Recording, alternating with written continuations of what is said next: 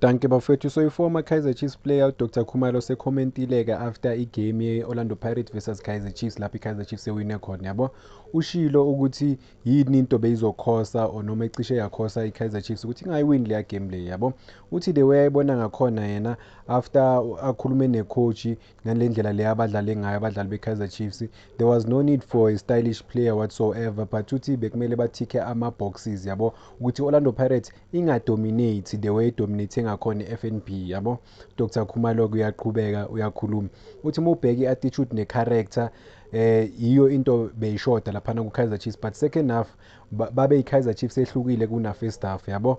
Nale i-Kaizer Chiefs lesiyibonile laphana e-FNB Stadium leyashawa i-Orlando Pirates. So uthi it boils down to one thing yabo, i-chemistry ne-balance, kusho ukuthi ama-players the way aconnecta ngakhona ne-balance yabo.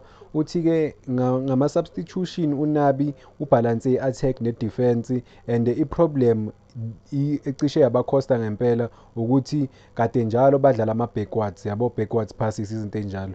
Uthi they were not hurting i-Pirates, uthi bebangayilimazi i-Pirates, kusho ukuthi amabhola wakhona bawangekho direct ukuthi baya-attack-a ngempela yabo. So ubona lapho-ke uDr. Khumalo ukuthi i-Kaizer Chiefs ileke lapho nalapho.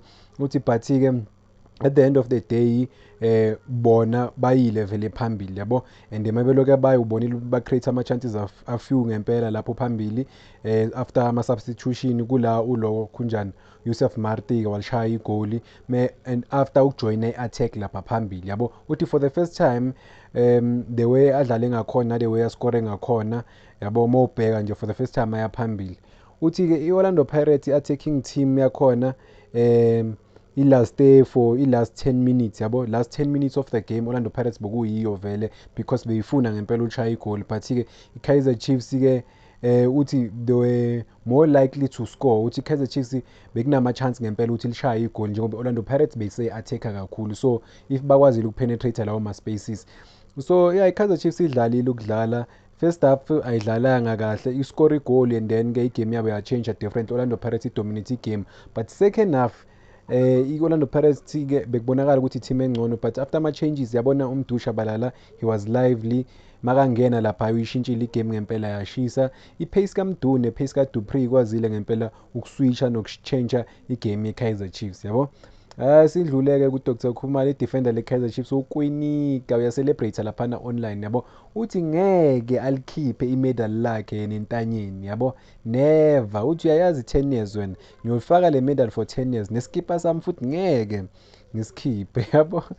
Hayi, so ngicabanga ukuthi nje ama-jokes nanokuthi abafana bajabulela ukuthi bawinile.